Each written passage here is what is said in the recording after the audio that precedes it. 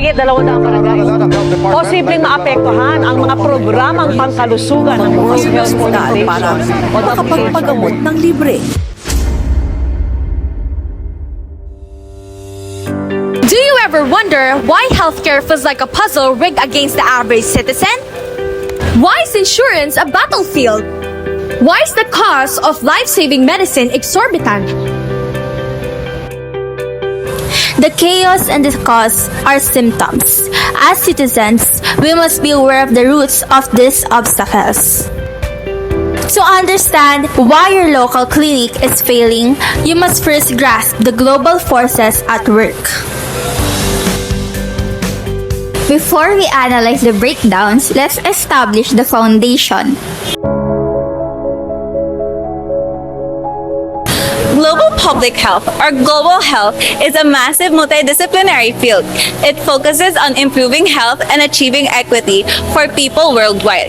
It's not just treating patients, it's building a healthier planet. Unlike traditional public health, which addresses local populations, global health emphasizes transnational issues, problems whose causes and solutions cross borders.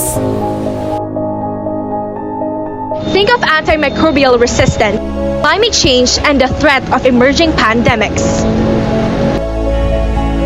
This field is defined by necessity. It tackled the COVID-19 crisis, and now it faces the overwhelming challenges of non-communicable diseases, like heart disease and diabetes.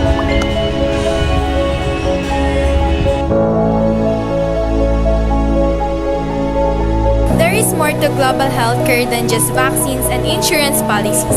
We must confront the historical structure that perpetuate inequality, specifically inequity beyond borders and the phenomenon of the brain drain.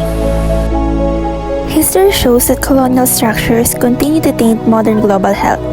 Colonial powers often advance medicine only when it served their own strategic interest. This legacy hasn't vanished, it's simply evolved, continuing to inflict deep wounds on local health system.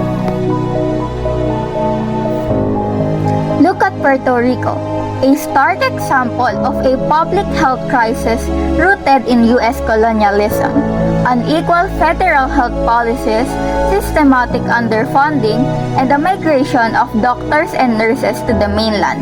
The so-called brain drain have critically depleted local talent.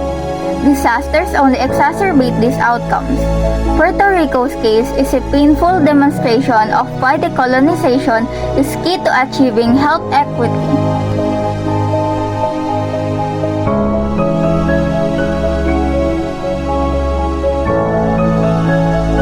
Mental illness hits vulnerable groups the hardest, yet access to treatment remains severely limited worldwide.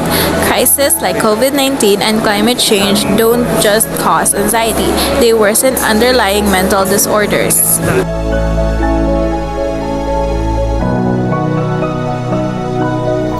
The scale is staggering.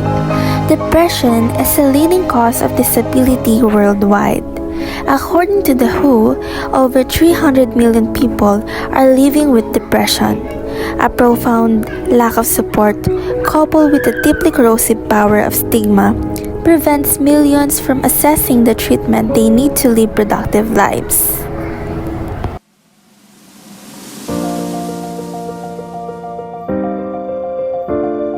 The solutions require courage and systems change. We must adopt the ethical imperative. We must adopt mental health into primary care. The local nurse and the community health worker must become the first line of defense, trained to screen, refer, and treat common disorders where trust already exists. The final pillar of this crisis is the non-communicable disease tsunami.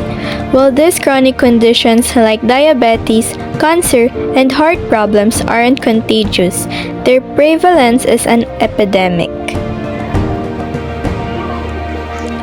One place that is tragically overlooked is sub-Saharan Africa.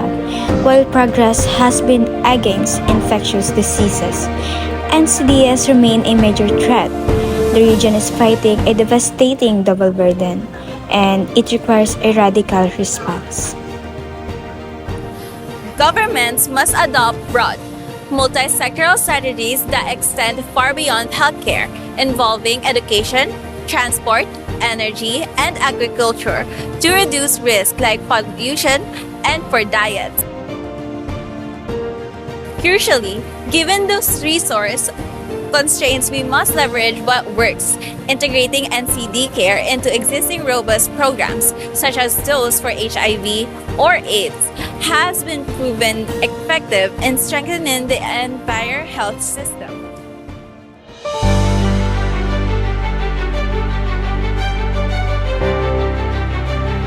The problems are systematic.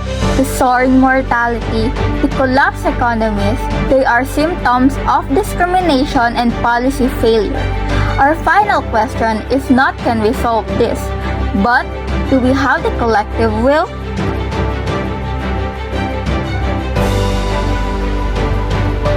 The responsibility to fix this is no longer elective. It is an ethical and global imperative. Global public health isn't just about medicine It's about justice, Inequality and shared responsibility.